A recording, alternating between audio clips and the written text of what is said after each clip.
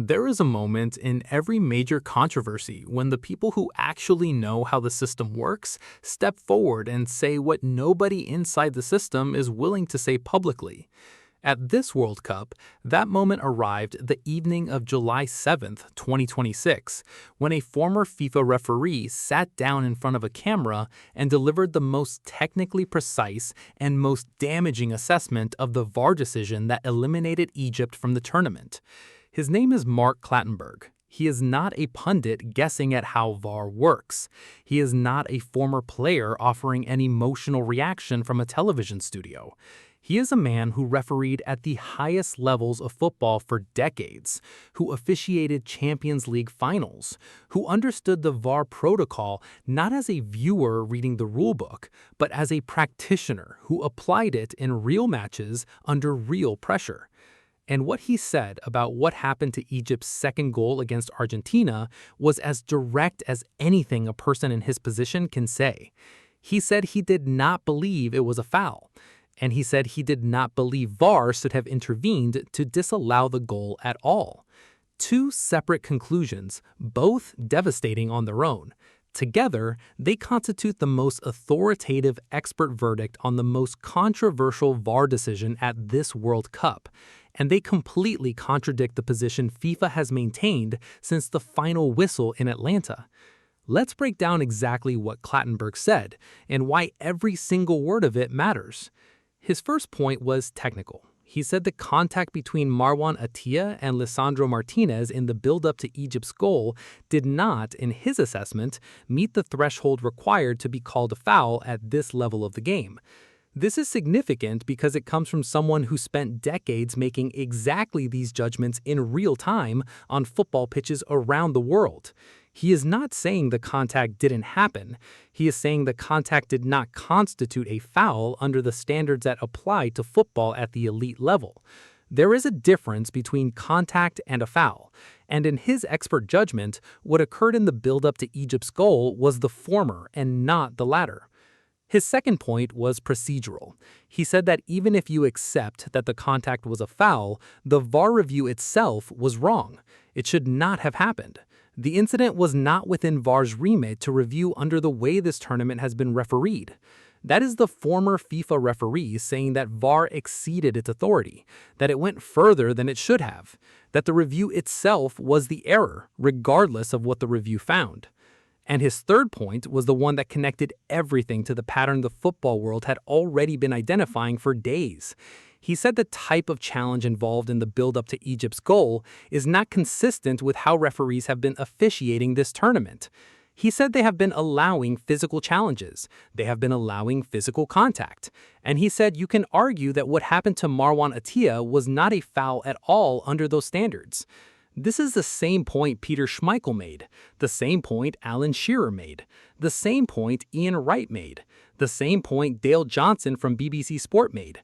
But now it is coming from a former FIFA referee explaining it from the inside of the refereeing process, using the precise technical language of the people who make these decisions.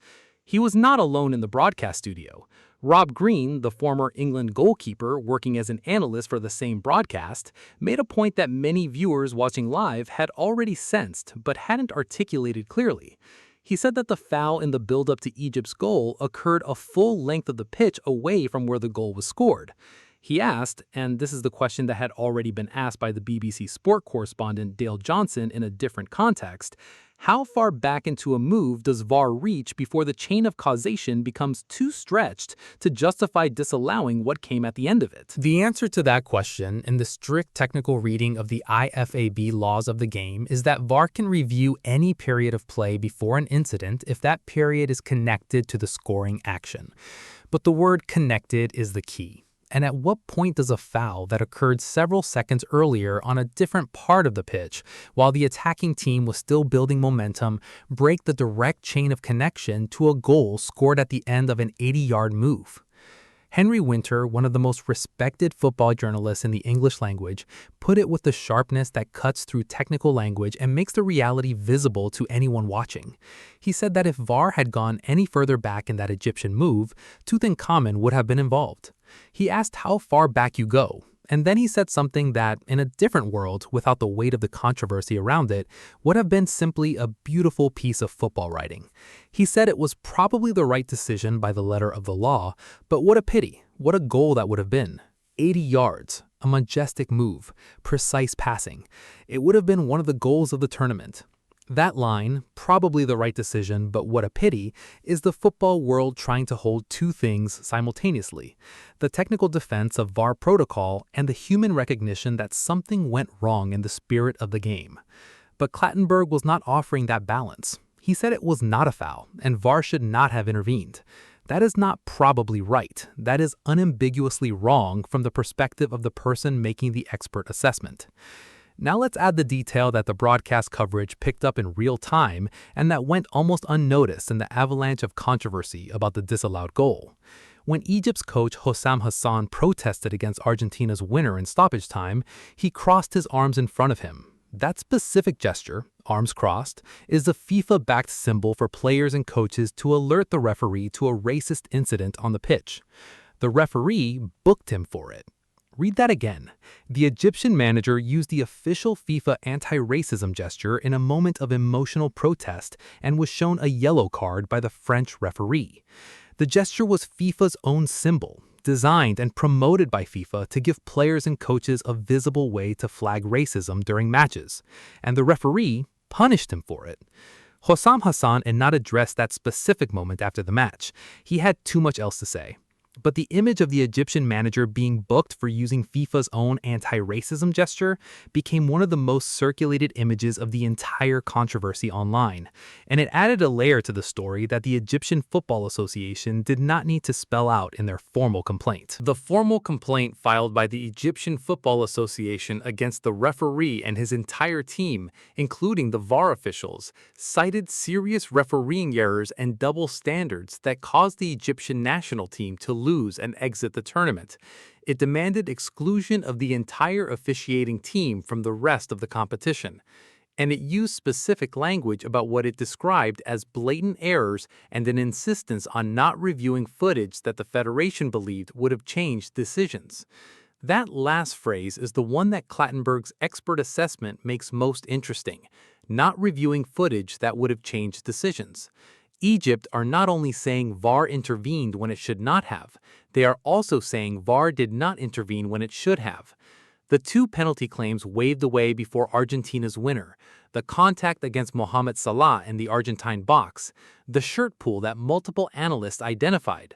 None of those moments triggered a VAR review. The same VAR team that went looking deep into the buildup of Egypt's second goal and found a minimal piece of foot contact between two players did not look at what happened in the Argentine box in the moments before the winning goal. Clattenberg's assessment that the buildup foul was either not a foul at all or not within VAR's remit to review makes the non-review of the Argentine box incidents even harder to explain. If the standard is strict enough to disallow an 80-yard team goal for a marginal piece of contact several seconds into the buildup, that same strict standard, applied consistently, should have prompted at minimum a review of what happened to Egyptian players in the Argentine box before the winning goal. It didn't, and Clattenberg, the former FIFA referee, is on record saying the standard was inconsistently applied. FIFA's position throughout this has been that the foul on Martinez was correctly identified and the decision to disallow the goal was correct under VAR protocol. They have not addressed Clattenberg's assessment that the contact was not a foul in the first place. They have not addressed his assessment that VAR exceeded its remit by intervening. They have not addressed the inconsistency between the proactive review of Egypt's goal buildup and the absence of any review of the Argentine box incidents before the winner. They have also not addressed something that the Egyptian manager raised explicitly in his post-match statements and that has now become part of the permanent record of this controversy. He said that Argentina had objected to the referee before the match, pointing to the French nationality of the referee and raising it in the context of France's national team. He said the pressure that was put on the referee before the match by the Argentine side succeeded. Whether that is true or not, whether pre-match pressure on a referee can produce the kind of decision differential that the data from this match suggests, is a question that can be answered through football analysis. but it is now part of what the Egyptian camp has said publicly, and FIFA has not addressed it. The quarterfinals are days away. Argentina face their next opponent with all of this surrounding their run in the tournament.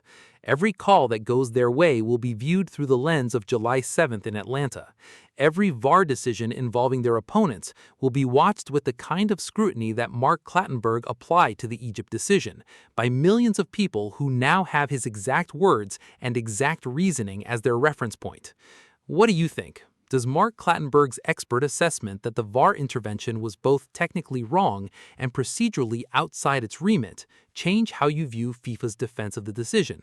And should FIFA respond directly to the former FIFA referee's conclusions rather than simply repeating that the Martinez foul was correctly identified? Let us know in the comments. Like and subscribe for complete quarterfinal coverage, and share this with any football fan who wants to understand the full technical picture of what happened in Atlanta on July 7th.